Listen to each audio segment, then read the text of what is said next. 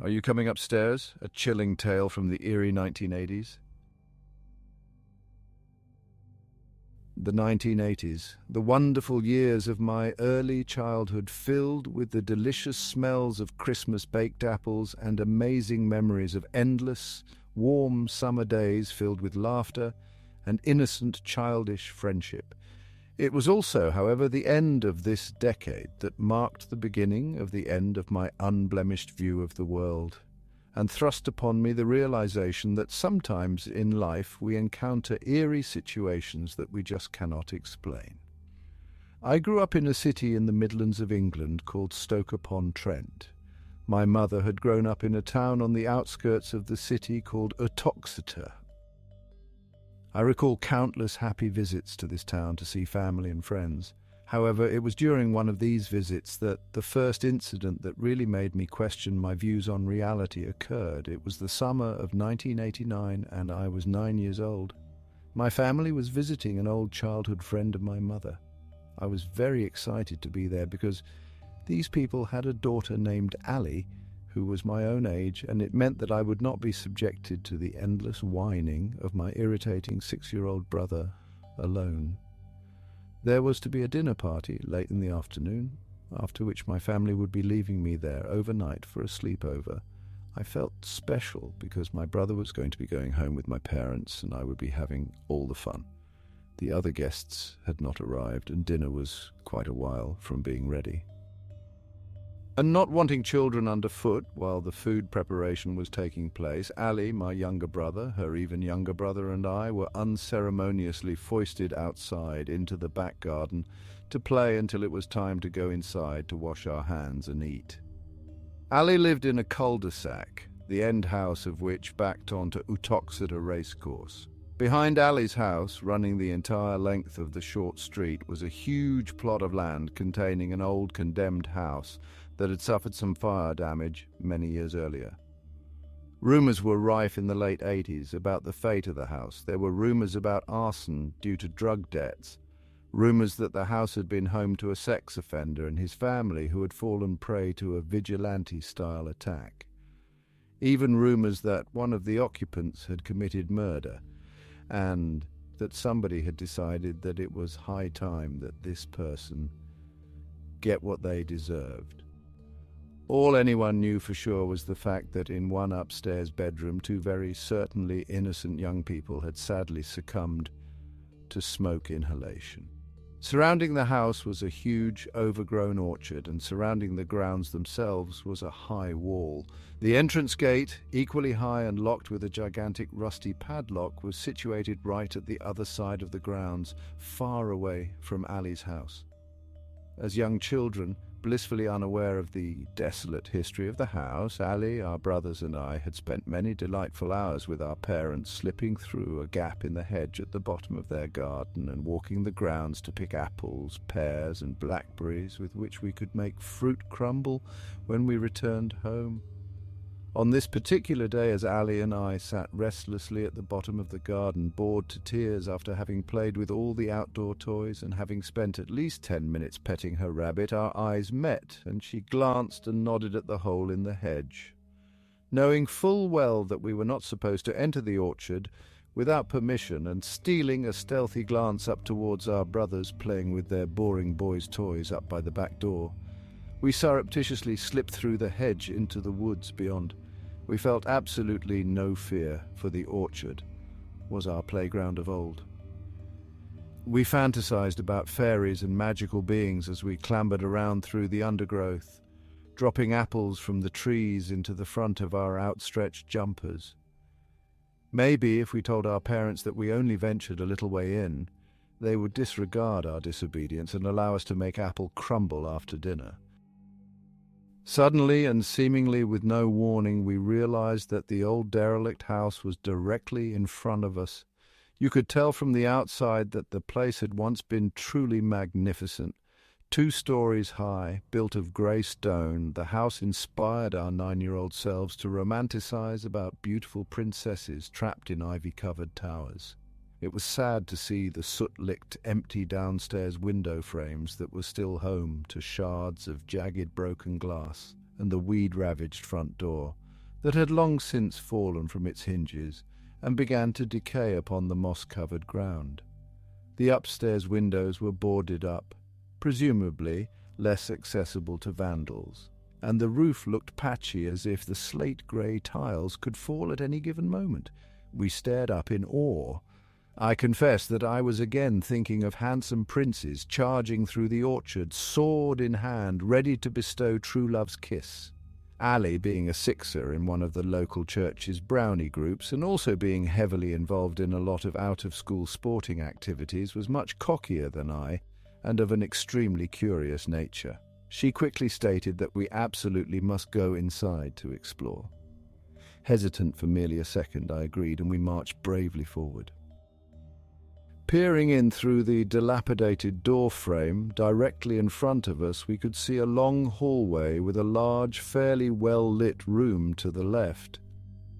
Gazing farther down the hall, we saw several more doors that led off to the left, and what appeared to be the kitchen at the end, but it was hard to tell as the hallway really did seem very long, more like a corridor. There was a wide staircase to the right that obscured any possible doors on that side of the hall. Looking up the staircase, I felt my first faint twinge of unease. Due to the boarded-up windows on the upper level, it was difficult to see very far up the staircase at all. In fact, of course, this must be due to my childish imagination. The stairs seemed to be swallowed just over halfway up by an unnatural, eerie darkness. Seeming not to notice that huge, gaping mouth of a staircase and grabbing my hand, Allie pulled me into the large room to our left. It had obviously once been a sitting room. Defaced by graffiti, there was a good amount of soot-damaged, flowery paper peeling off the walls. There were even some old and extremely dingy-looking armchairs that had certainly seen better days. Forgetting all about the staircase, I squatted down by the fireplace, beckoning Allie to follow, and we allowed our apples to fall onto the cracked hearth. Light, magically dappled from the canopy of trees above us, streamed through the empty window frame. It seemed enchanted, almost as if real fairies might actually live here. We sat and chatted for quite a while, giggling with our childish innocence about a trick that we meant to play on her brother that night. She had a set of walkie-talkies, and we planned to leave one under his bed and whisper into it as he was falling asleep to basically scare the pants off him. In hindsight, this seems very cruel, but at the time we genuinely believed that it was terribly funny. I bit into an apple, and we toyed with the idea of visiting the other rooms on the ground floor level. We both agreed that we would not be going upstairs, as even at such a young age we had the sense to be aware that the staircase was almost definitely unstable after the fire, and we did not want to risk it, knowing that our parents would be furious if anything happened. It then occurred to me, however, that she too may have noticed the unnatural darkness and silence of the staircase as we entered the house, and felt no desire to go poking around in places that certainly did not appear to be very welcoming. As we sat and pondered, a sound became apparent, very softly, followed by what sounded like a soft scratching noise.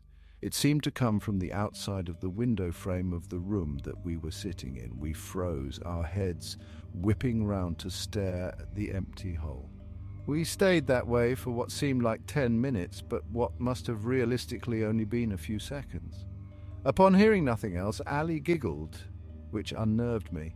After all, they may have heard her, but then I ticked myself off for being such a baby. However, it did hit me how silly we had been to sneak off into the orchard with no one knowing that we had even left the garden. There were no more sounds. All was suddenly very quiet. "Did you hear that?" I hissed. Allie shrugged, stating that she believed it was probably one of the neighbour's cats, or even just the wind blowing a tree branch against the empty window frame. Nevertheless, to me our sanctuary was now slightly tainted. We stowed our fruit back into our jumpers. She took my hand and we stood up and made for the doorway so we could explore further. Upon exiting the room, Allie and I had a better view of the hallway.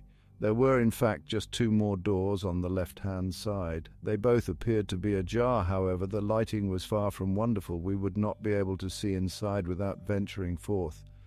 I remember feeling that the place seemed extremely creepy. I just felt a kind of unsettling unease. I voiced my opinions to Allie about not wanting to continue our explorations, but she laughed and told me that I was being silly. Once inside, I relaxed a little. Again, the glass in the window was broken, but the frame was large and the room well lit. It appeared to have once been very pretty indeed. In its heyday, I am positive that it had been a very grand dining room. Most of the furniture appeared to be pretty much still in place, including a large wooden sideboard. No bone china remained, of course, for the house would have been looted years ago by thieves. But there was much less graffiti than there had been in the first room. This room, however, was a considerable amount dingier and more damaged than the previous room. Touching the rotting remains of a large wooden table, I was able to draw a face in the soot. Allie bounded about, opening drawers and chattering endlessly about who might have lived here. They absolutely must have been very posh, as the furniture was all very beautiful, or it had been at one point anyway. As Allie explored, I moved over to the sideboard to examine the pretty design that had been chiseled into the wood. As a child, I loved anything intricate. It always seemed to draw me in. It was at this point that I became aware of what sounded like soft but quick footsteps directly above the place that I was standing. I said nothing and listened for a minute, feeling my skin start to break out in goosebumps. The steps seemed to be scuttling back and forth. 1, 2, 3, 4, 5, and stop, and again. And again. "Allie, do you hear that?" I whispered, nodding at the ceiling above. Allie's movement slowed to a halt, and she looked up, following my eyes to the ceiling. Silence.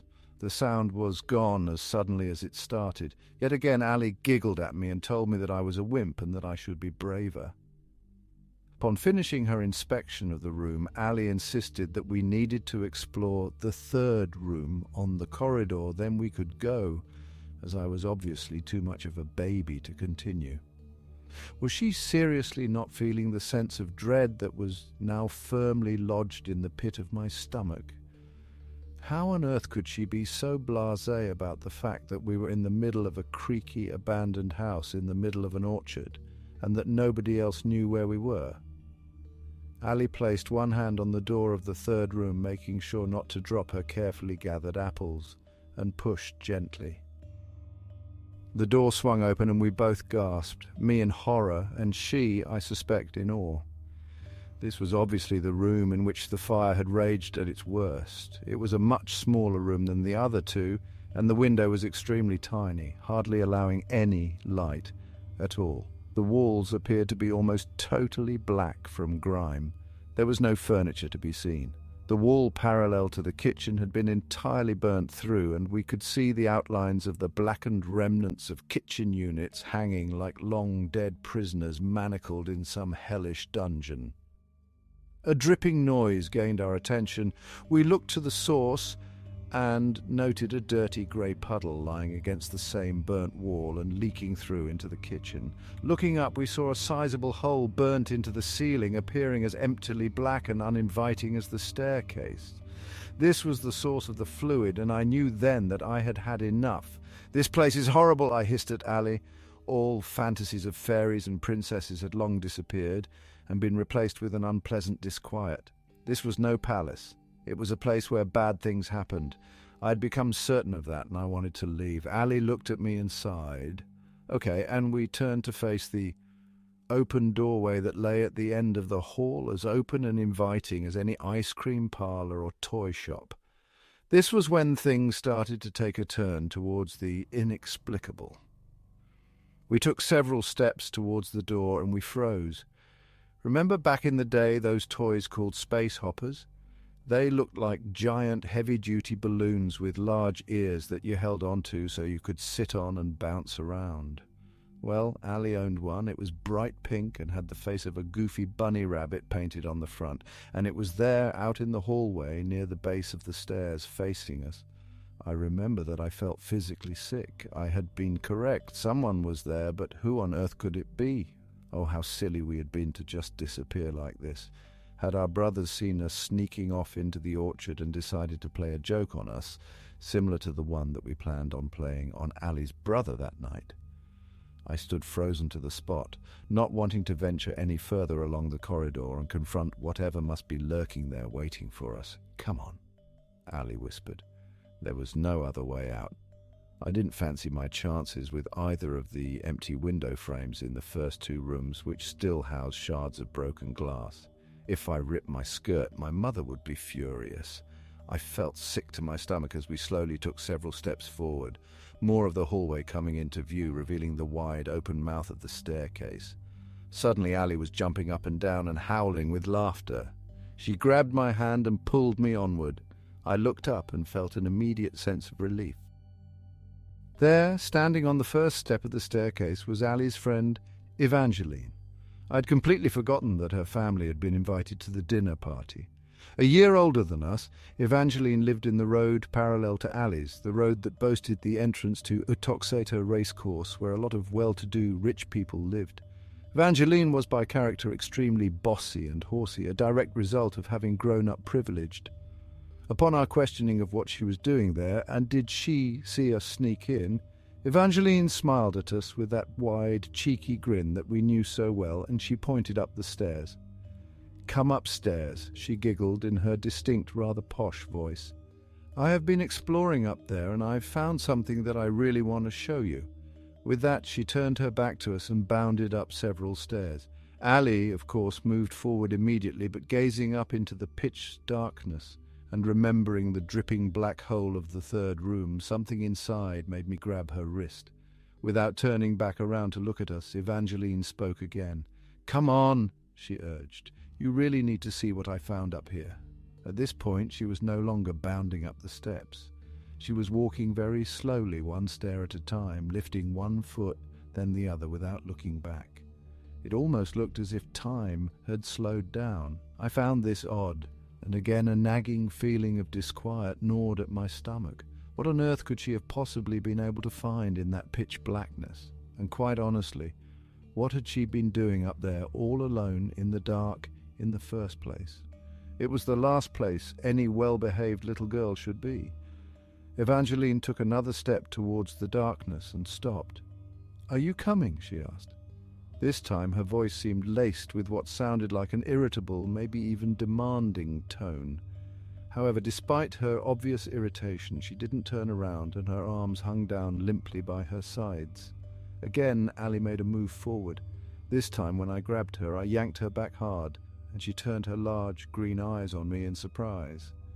I looked up at Evangeline as she took another step into the ever-increasing darkness, and then something struck me. Evangeline is a girly girl.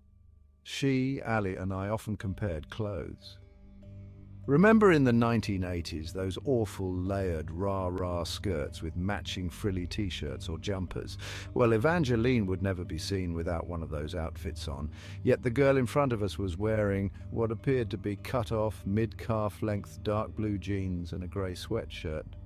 As I watched her climb, almost swallowed now by the unrelenting nothingness, it was then that I noticed something else. It had to be a trick of the eye, surely. As the gloom closed in on her, her arms seemed to be growing longer and longer as they continued to hang limply by her sides. I looked across at Allie again and noticed that she too was staring at Evangeline, and her eyes were now narrow and confused, as if for the first time she was getting some inkling that something may indeed be amiss. I tried to take a step backwards, but for the first time ever in my life, I was paralyzed with what must be irrational fear. It had to be the eeriness of the house, coupled with the odd behavior of our friend, causing me to imagine things. Barely visible now, Evangeline finally stopped her slow, deliberate steps and turned around. She was nothing but a dark silhouette. Again we heard her speak. This time we heard it in a whisper, but it seemed to me like the sound was inside our very heads. "Are you coming to see what I found, or will I need to come and fetch you?" As she spoke the last few words, she reached out her arms towards us, and I kid you not, those arms looked like tentacles in the darkness. Black, almost fluid-like, her arms appeared to snake through the air down the stairs towards us. This broke the spell. Allie and I both suddenly found our feet. turned our backs on the thing on the staircase, and shot out of the front door. Forgetting our plans to make fruit crumble, the apples tumbled from our jumpers. We stumbled madly through the undergrowth, finally bursting through the hole in the hedge, our hearts thundering and both of us sweating like pigs on a spit. Our brothers looked on in amusement at our dishevelled appearance. What on earth had just happened, I wondered. What on earth had Evangeline been playing at scaring us like that? By this point, back in the safety of the garden, meaning back in our comfort zone, we briefly talked and convinced ourselves that the eerie nature of the upstairs of the house had caused our minds to play tricks on us. I even began to feel somewhat guilty for leaving our friend behind in that scary place. Looking at each other, we stumbled up the garden path to the back door, both still rather shaken and desperate for a drink of water, after which we were planning to try to convince our brothers to break the rules and accompany us back into the orchard to try to see if we could find Evangeline and bring her back with us. The back door to Allie's house opens to the kitchen, which leads to a hallway that runs the entire length of the rather small house, ending directly at the front door. We both had a quick drink of water, gazing out into the hallway as we did so. A knock at the front door caught our attention. We automatically walked forward to see Allie's mother answer the door for Evangeline's mother, who was clutching a bottle of what looked like wine. She was apologizing for being later than she expected and explaining how her car had failed to start after she had visited the bank in town and it had set her back half an hour. As she was ushered into the living room by Allie's mother, our jaws dropped in terrified, gut-wrenching horror as she moved to the side to reveal Evangeline behind her, hair braided neatly, wearing a pink and white skirt and t-shirt set and clutching a fluffy pink rucksack. Allie and I gaped in horrified amazement, and Evangeline stared back with a puzzled look on her face. Had we imagined our encounter in the abandoned house? Had it been someone else? Oh, the way children rationalize everything. We did, after all, still believe in fairies. It must have been another girl, but we had been so sure that it had been her.